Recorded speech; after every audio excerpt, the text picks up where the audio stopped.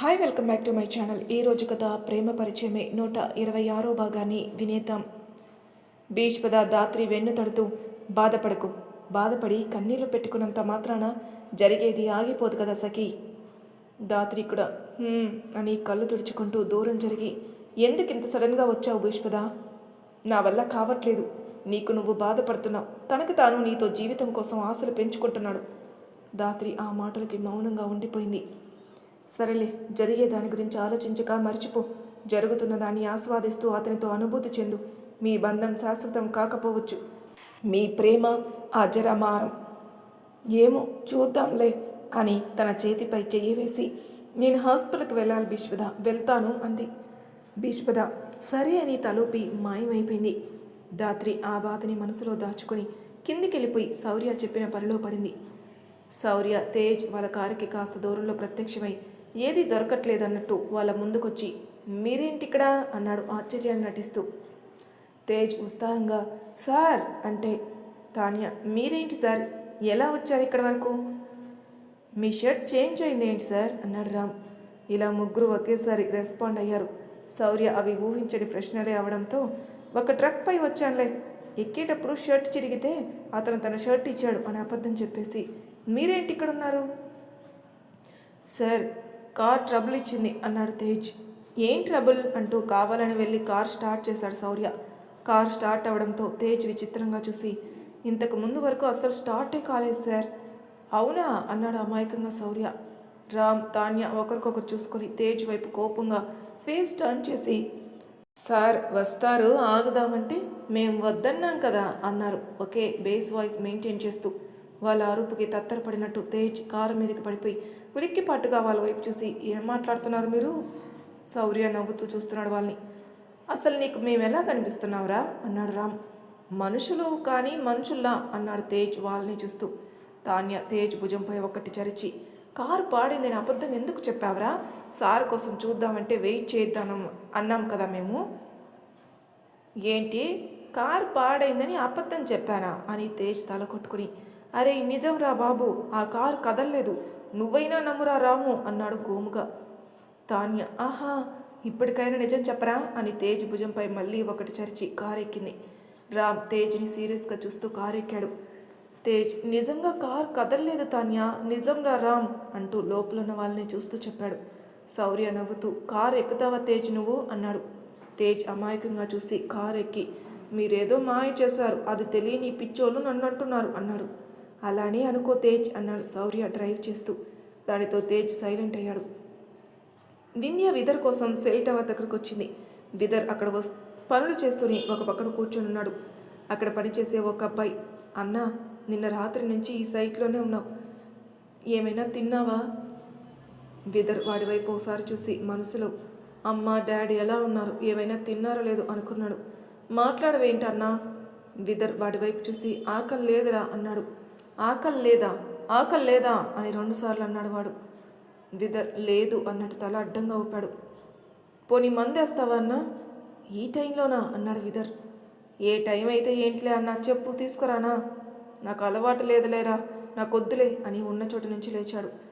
వాడు బాక్స్ తెచ్చి విదర్ చేతిలో పెడుతూ, సర్లే అన్నా, మా చెల్లి పులిహోర మస్తు చేస్తుంది, తినన్నా అన్నాడు. వాడి ఆత్మీయతకి చిన్న నవ్వు విసిరి, పర్లేదు కానీ నువ్వేం చదువుకున్నావు, ఎందుకు ఈ పని చేస్తున్నావు అన్నాడు. 10th వరకు గవర్నమెంట్ చదువు చదివేశానన్నా, ఆపై ఇదే అన్నం పెడుతుంది. విదర్ ఆ మాటలకి తలూపి మనసులో, తల్లిదండ్రులు లేనివాడికి ఓ కష్టం, ఉన్నవాడికి ఓ కష్టం, ఖచ్చితంగా కష్టం అనేది మాత్రం తప్పదు మనిషికి అనుకున్నాడు. అప్పుడే వినిపించింది విదర్ అనే పిలుపు. వింధ్య అనుకొని వెనక్కి తిరిగాడు. తాళి కట్టిన క్షణం కనీసం తలెత్తి చూడలేదు వింధ్య. తప్పైతే చెంప పగిలేలా కొట్టిన విదర్ ఏమనుకునేవాడు కాదు, కానీ ఆమె మౌనంగా వెళ్ళిపోయింది. అది తన మనసుకి చాలా కష్టంగా అనిపించింది. ఇప్పుడు ఈ క్షణం అతనికి ఆమె తన కోసం రావడం ఆశ్చర్యం కలిగించింది. వింధ్య విదర్ వద్దకొచ్చి ఓసారి పరికించి చూసింది. తను బాగానే ఉండడంతో, అన్నయ్య ఎందుకలా చెప్పాడు మరి అనుకుని, నిన్ను మా అన్నయ్య రమ్మన్నాడు అంది కావాలని. శౌర్య రమ్మన్నాడా? వాడొచ్చాడా? అసలు ఆంటీకి ఎలా ఉంది? చిచి, నేను ఇలా నా గురించి ఆలోచిస్తూ ఆంటీని ఎలా మర్చిపోయాను అని మనసులో అనుకుని, మాధవి గారు గుర్తుకు రాగానే, నేను వస్తానే, నువ్వు వెళ్ళు వింధ్య అన్నాడు. ఎదురు పడగానే కనీసం సారీ కూడా చెప్పకుండా బ్రతిమాలని విదర్ చర్యని తట్టుకోలేని వింధ్య, సీరియస్లీ నువ్వు నాతో మాట్లాడకు ఇక. అరే ఎందుకు వింధ్య, ఇప్పుడు నేనేం చేస్తాను? కోపంగా చూసి ముందున్న జడని వెనక్కేసుకుని వెళ్ళిపోతుంటే ఆ వాలు జడ విదర్ చెంపని చెల్లుమనిపించింది. అబ్బా అని చెంపని రబ్ చేసుకుంటూ హే వింధ్య ఆగు అంటూ వెళ్ళి తన చేయి పట్టుకున్నాడు. మాట్లాడకుండా కోపంగా చూస్తుంది. ఇప్పటి వరకు విదర్తో మాట్లాడిన అబ్బాయి వదినతో గొడవై ఇక్కడికొచ్చి కూర్చున్నావు అనుకున్నానన్నా, ఇప్పుడు నిజమే అయ్యింది. సరే కానీ బ్రతిమాలు అలిగితే మగజన్మకి ఇది తప్పని పని కదా అని తన ప్రగాఢ సానుభూతిని తెలిపాడు. వింధ్య వాడి వైపు ఒక చూపు చూసింది. విదర్ సర్లే నువ్వు వెళ్ళరా అని వాడిని పంపేసి సారీ అని చెవులు పట్టుకుని నీ అంగీకారం లేకుండా తాళి కట్టాను, అందుకు సారీ వింధ్య అన్నాడు. వింధ్య మొహంపై కోపం తాలూకు భావాల్ని చెక్కు చెదరనివ్వకుండా నించునింది. విదర్ వింధ్య మొహం దగ్గరికి ఫేస్ పెట్టి ఈ ఒక్కసారికి నన్ను క్షమించే, ఇకపై నువ్వు అనేంతవరకు నేను ఏ స్టెప్పు తీసుకోను అని అనవసరంగా మాట ఇచ్చేబోయాడు. కానీ అదేం వినాలనుకోని వింధ్య చెవులు మూసుకుని ఇంటికి వస్తావా రావా అంది ఘాటుగా. విదర్ అలిగినట్టు మొహం పెట్టి తలూపాడు. వింధ్య గబగబా నడుచుకుంటూ వెళ్తుంటే విదర్ నేను ఒకసారి ఆంటీ దగ్గరికి వెళ్ళొస్తాను, నువ్వు వెళ్ళు అన్నాడు. ఆ మాటకి ఆగిపోయి విదర్ వైపు చూసి నేను కూడా వస్తాను అంది. విదర్ సరే అని అక్కడ తెలిసిన వాళ్ళ బైక్ తీసుకుని వింధ్యతో కలిసి హాస్పిటల్కి వెళ్ళాడు. తాళి కట్టి వింధ్యాని తన దాన్ని చేసుకున్నాక తనతో అలా కలిసి వెళ్ళటం మొదటిసారి అవడంతో విదర్కి అలా చాలా నచ్చింది. ఆ తుల్లింతలో ముందున్న గొంతుని చూసుకోక ఒకసారి బైక్ దానిలోకి దిగి పైకి లేచింది. దానితో విదర్ వెనక ఓ పక్కన కూర్చున్న వింధ్య ఓ కుదుపుకి గురై విదర్ భుజంపై తన పెదవులతో ఓ చిన్న ముద్ర వేసింది. ఆ మాత్రం దానికి గాల్లోకి తెలిపిన విదర్ ఆమె వైపు ఓరగా చూశాడు. వింధ్యకి విదర్ ఫీలింగ్ అర్థమైనట్టు మా నాన్న ఒప్పుకునే వరకు నా నుంచి ఏమీ ఎక్స్పెక్ట్ చేయకు అని మొహం తిప్పుకుంది. విదర్ డీప్గా హట్ అయినా ఎక్కడికి పోతుంది తను, నాది అనే ధైర్యంతో డ్రైవ్ చేశాడు. హాస్పిటల్ దగ్గర బైక్ ఆపగానే వింధ్య లోనికి వెళ్ళింది. ఆ వెనకే విదర్ కూడా వెళ్ళాడు. నందగోపాల్ ఇంటికి వెళ్ళాడు ఫ్రెష్ అయి రావటానికి. పార్థు గారు మాత్రం దాత్రి తెచ్చిన టిఫిన్ తిని హ్యాండ్ వాష్ చేసుకున్నారు అప్పుడే. దాత్రి ఏమో లోపల మాధవి గారికి కొద్దిగా జ్యూస్ తాగించి ఆపై కొద్దిగా ఇడ్లీ పెడుతూ ఉంది. వింధ్యాని వెనక వచ్చే విదర్ని చూసిన పార్థు గారు అమ్మా వింధ్య అన్నారు. వింధ్య ఆయన దగ్గరికి వెళ్ళిపోయి నాన్న అలా లాక్కుని వెళ్ళినందుకు ఏమనుకోవద్దు పెదనాన్న, ఇప్పుడు పెద్దమ్మకి ఎలా ఉంది? తన తలపై చెయ్యి వేసి బాగానే ఉంది అంటూ మెడలో ఉన్న మంగళసూత్రాలు చూసి ఆశ్చర్యపోయి ఏంటమ్మా ఇది అన్నారు నమ్మలేనట్టు. అప్పుడే అక్కడికి వచ్చిన విదర్ వైపు కోపంగా చూసి అది ఇతన్ని అడగండి పెదనాన్న, నేను పెద్దమ్మ దగ్గరికి వెళ్తాను అని వెళ్ళబోతుంటే పార్థు గారు అమ్మా వింధ్య అది మీ పెద్దమ్మ కంట పడనివ్వకు, ఏమైందో ఏం జరుగుతుందో నెమ్మదిగా చెప్పచ్చు మనం అని చెప్పారు. సరే పెదనాన్న అని తన చున్నీతో తాలి కనపడనివ్వకుండా సర్దుకుని లోనికెళ్ళింది. ఏమైంది విదర్, ఎందుకు ఈ స్టెప్ తీసుకున్నావు అన్నారు. అర్థం కాక పార్థు గారు కోపం తెచ్చుకోలేదు. కానీ విదర్ వివరంగా చెప్తూ ఆ సమయంలో ఏం చేయాలో ఎలా తనతోనే ఉండాలో తెలియలేదు అంకుల్, అందుకే అలా తాళి కట్టాను అన్నాడు. పార్థు గారు విదర్ భుజంపై చెయ్యేసి అది తప్పు కాదులే, నువ్వు ఇక ఆలోచించకు, ఇప్పటి వరకు ఈ విషయంలో నన్ను మీరు మాత్రమే అర్థం చేసుకున్నారు అంకుల్ అన్నాడు విదర్. పార్థు గారు విదర్ భుజంపై తడుతూ సరే వెళ్ళు లోనికి అన్నారు. విదర్ తలూపి వెళ్ళిపోతే పార్థు గారు నందవిహార్ గురించి ఆలోచిస్తూ అక్కడే ఉన్నారు. వింధ్య లోనికొచ్చి ఎలా ఉంది పెద్దమ్మ మీకు అంది. దాత్రి వాటర్ తాగిస్తూ అటు చూసి వింధ్యకి ఓ స్మైల్ ఇచ్చింది. మాధవి గారు వాటర్ తాగిన తర్వాత బాగున్నానన్నట్టు తలూపారు. వింధ్య ఆవిడ పక్కన సెటిల్ అవుతూ ఇంత నీరసంగా ఉంటే ఎలా చెప్పండి, కొన్నాళ్ళు మా వదినతో సేవ చేయించుకుని ఇంతకు ముందులా నవ్వేయాలి మీరు అంటూ మాధవి గారు బుగ్గలు లాగింది. దాత్రి మాధవి గారు ఇద్దరు నవ్వుతూ చూశారు వింధ్య వైపు. ఇంతలో అక్కడికి వచ్చిన విదర్ ఆ సీన్ చూసి చిన్న నవ్వుతో బాగున్నారా ఆంటీ అన్నాడు. మాధవి గారు కూడా బాగున్నానంటూ తలూపారు. విదర్ మాటలకి వింధ్య ఆవిడ బుగ్గలు వదిలి ఎన్ని డేస్ ఇక్కడే ఉండాలి దాత్రి, నువ్వు బాబాయ్ ఉన్నారు కదా ఇంటికి తీసుకుని వెళ్దాం. ఈ ఒక్కరోజు ఇక్కడ ఉంచి రేపు తీసుకుని వెళ్దాం, ప్రాబ్లం ఉండదు అంది. వింధ్య సరే అని తలూపింది. విదర్ దాత్రితో శౌర్య ఎక్కడ దాత్రి అన్నాడు. తేజ్ వాళ్ళ కోసమని వెళ్ళాడు బ్రో, వచ్చేస్తాడులే అని సమాధానం ఇచ్చింది. విదర్ తలూపి సరే ఆంటీ నేను మళ్ళీ వస్తాను, టేక్ కేర్ అన్నాడు. మాధవి గారు తలూపగానే బయటకొచ్చి వెనక ముందు చూడకుండా వెళ్ళిపోయాడు విదర్. విదర్ వెనకే సరే పెద్దమ్మ నేను కూడా మళ్ళీ వస్తానని వెళ్ళిపోబోతుంటే మాధవి గారు చిన్నగా నవ్వుతూ దాత్రి వైపే చూశారు. ఆవిడ నవ్వుకు అర్థం తెలియని దాత్రి బదులుగా ఓ నవ్వు విసిరింది. వింధ్య బయటికి వచ్చేసరికి విదర్ కానీ బైక్ కానీ అక్కడ లేదు. అసలు బాధ్యత లేదు ఈ విదర్కి. తనతో వచ్చాను, తనతో తీసుకుని వెళ్ళాలి కదా, కానీ ఇలా ఎలా వదిలేసి వెళ్తాడు అనుకుని రుసరుసలాడుతూ ఇంటికెళ్ళింది.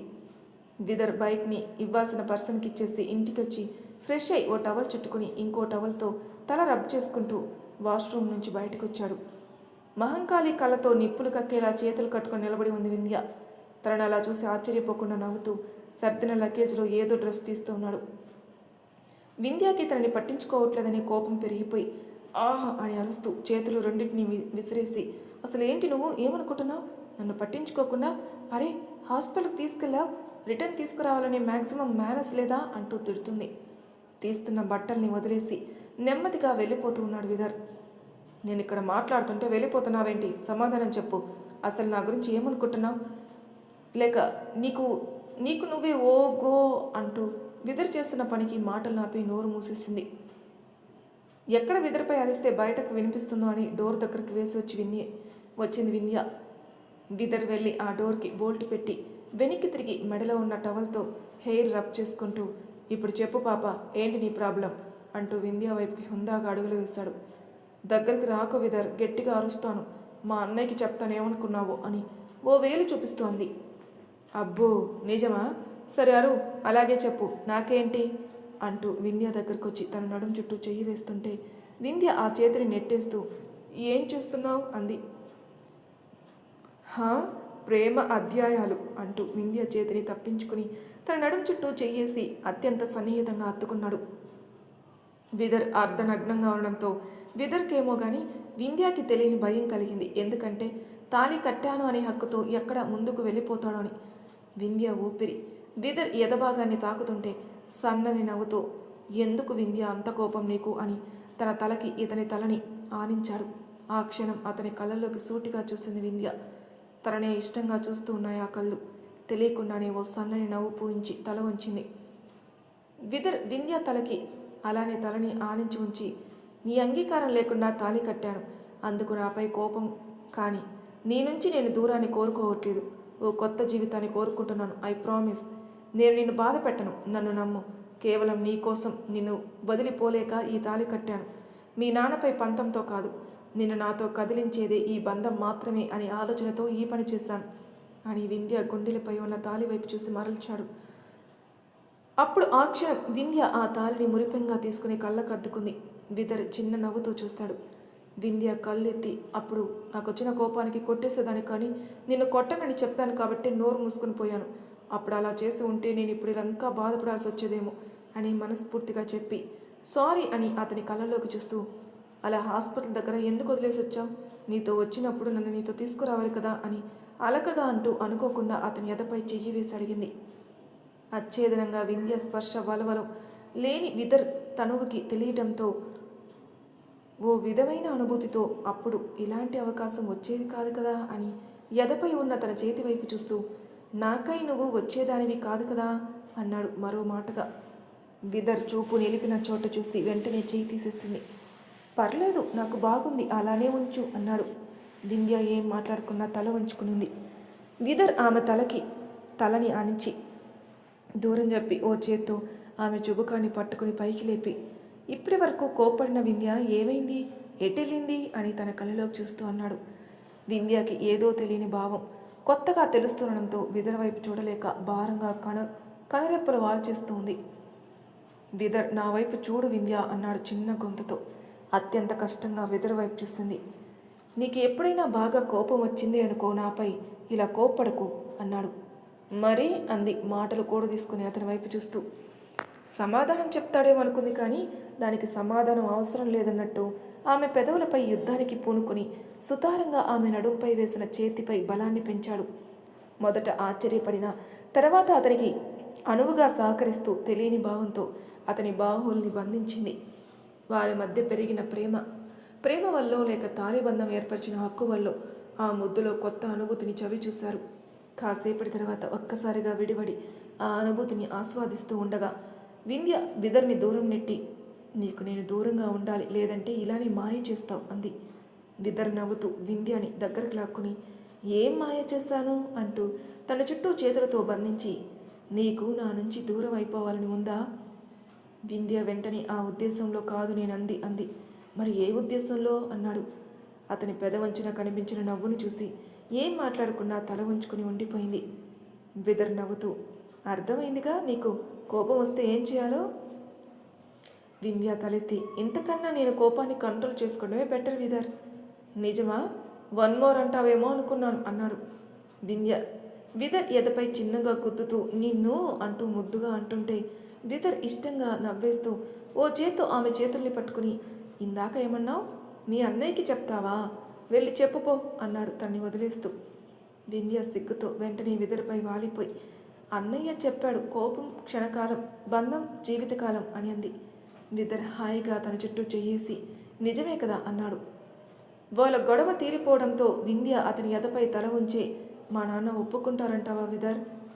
తెలీదు అన్నాడు విదర్. వింధ్య, మనకి మళ్ళీ అందరి సమక్షంలో నాన్న ఇష్టంతో పెళ్ళవుతుందని అన్నయ్య చెప్పాడు అంది. అయితే ఖచ్చితంగా అవుతుందిలే అన్నాడు విదర్. నేను అదే అనుకుంటున్నాను అని తలెత్తి విదర్ వైపు చూస్తుంది. వింధ్య ఫోర్ హెడ్పై కిస్ చేసి, ఇక ఈ దూరం నా వల్ల కాదు పద అన్నాడు. ఆ మాటకి హఠాత్తుగా ఎక్కడికి అంది వింధ్య. విదర్ దూరాన ఉన్న బెడ్ వైపు చూపించాడు నవ్వును దాస్తూ. విదర్ చేతుల నుంచి విడిపడి, ఇప్పటికే ఎక్కువైంది, ఇంకొక స్టెప్ తీసుకున్నా ఊరుకునేది లేదు అంది. అచ్చా ఏం చేస్తావు అంటూ దూరం జరిగి ఉన్న వింధ్య చేయి పట్టుకుని దగ్గరకు లాక్కున్నాడు. వింధ్య నవ్వుతూ విదర్ కాలిని గట్టిగా తొక్కేసింది. విదర్ అబ్బా అని కాలిని పట్టుకోగానే వింధ్య గది బయటికి పరుగు అందుకుంది. రాక్షసివే వింధ్య నువ్వు. థ్యాంక్ యూ అమూల్ బాబు అని దీర్ఘం తీస్తూ గది బయటికెళ్ళింది. శౌర్య మాటలకి సతమతమవుతూ ఓ నిర్ణయానికి వచ్చి పొలానికి వెళ్తున్న వాడు మధ్యలోనే వెనక్కి తిరిగి ఇంటికి నడుచుకుంటూ వచ్చాడు నందవిహార్. ఆ తర్వాత వెంటనే వింధ్యతో మాట్లాడాలని వింధ్య గదికి వెళ్ళబోతూ విదర్ గది నుంచి నవ్వుకుంటూ వస్తున్న వింధ్యని చూసి కళ్ళంతా చేసుకుని నిలబడ్డాడు. విదర్ గది నుంచి నవ్వుతూ వచ్చిన వింధ్య ఎదురుగా కనిపించిన ఆయన చూసి బిగుసుకుపోయి, ఇప్పుడు ఏమంటారు అని తలదించుకుంది. ఆగు రాక్షసి అంటూ వింధ్య కోసం పరుగున ఒంటిపై ఉన్న టవల్తో గది బయట వరకు వచ్చిన విదర్ ఆయన్ని అలా చూసి తనున్న పొజిషన్కి వెంటనే ఉఫ్ అనుకుని తల కొట్టుకుని డ్రెస్అప్ అవడానికి గదికెళ్ళాడు. వింధ్య బయటికి వచ్చిన విదర్ వైపు తనున్న భయంతో చూసి, ఇక అయిపోయాను, ఏం ఊహించుకుంటారో, ఇలా ఇరుక్కుపోయానేంటి అనుకొని అక్కడ అలాగే బిగుసుకుపోయి నించునుంది. వింధ్యతో ఇక ఆయనకి పని లేనట్టు వెళ్ళిపోయాడు. ఆయన అలా విసురుగా వెళ్ళిపోవడం వింధ్య మనసుకి నచ్చలేదు ఎందుకనో. ఆయన ఏం తిట్టినా పడేదేమో కానీ ఆయన అలా మౌనంగా వెళ్ళిపోవడం మనసుకి తీసుకోలేకపోయింది. వెంటనే ఆయన వెనకే వెళ్ళాలని ఉన్నా ఏదో తెలియని భావంతో అక్కడే ఆగిపోయి సోఫాలో కూర్చుని ఆలోచనలో మునిగిపోయింది. 3 మినిట్స్లో బయటకు వచ్చిన విదర్ అక్కడ వింధ్యని ఒక్కదాన్ని చూసి, ఏమైంది వింధ్య అన్నాడు. అతని చేతికి తల నుంచి, నాన్నని బాధ పెడుతున్నాను విదర్ అంది బాధగా. ఆమె తల నిమురుతూ, అలా అనుకుని నువ్వు బాధపడకు, దయచేసి వెళ్ళి ఆయనతో మాట్లాడదామా? నాన్నకి మాట్లాడాలని లేక నన్ను ఏమీ అనలేక వెళ్ళిపోయారు. సరేలే నువ్వు అలా ఉండకు అంటూ తనని దూరం జరిపి తన పక్కనే కూర్చున్నాడు. వింధ్య ఏదో భయంతో, నాన్న ఒప్పుకుంటారా మన బంధాన్ని అంది. విదర్ వింధ్య చేతిని పట్టుకుని, కూల్, ఆయన ఒప్పుకోకపోతే ఒప్పుకునే వరకు ఆయన చుట్టూనే తిరుగుదాం. వింధ్య ఓ లుక్ ఇచ్చింది. అలా చూడకు, నాకు నీ చెంప గిల్లాలనిపిస్తుంది అన్నాడు. నిన్ను అంటూ చెయ్యి కొరకబోయి ఆగి, మా నాన్న మనసు ఎలా మారుతుంది అని నిట్టూరుస్తూ చెంప కింద చేయి పెట్టుకుంది వింధ్య. నువ్వు ఎక్కువ ఆలోచించి బాధపడకుండా వెళ్ళి కాసేపు రెస్ట్ తీసుకో, అంతా అవే సెట్ అవుతాయి వింధ్య అన్నాడు. అవే ఎలా సెట్ అవుతాయి? ఈ పిల్ల బ్రెయిన్ ఎలా తయారు చేసావు గాడ్ అనుకుని, అవుతాయిలే కానీ నువ్వు వెళ్ళి పడుకో అన్నాడు.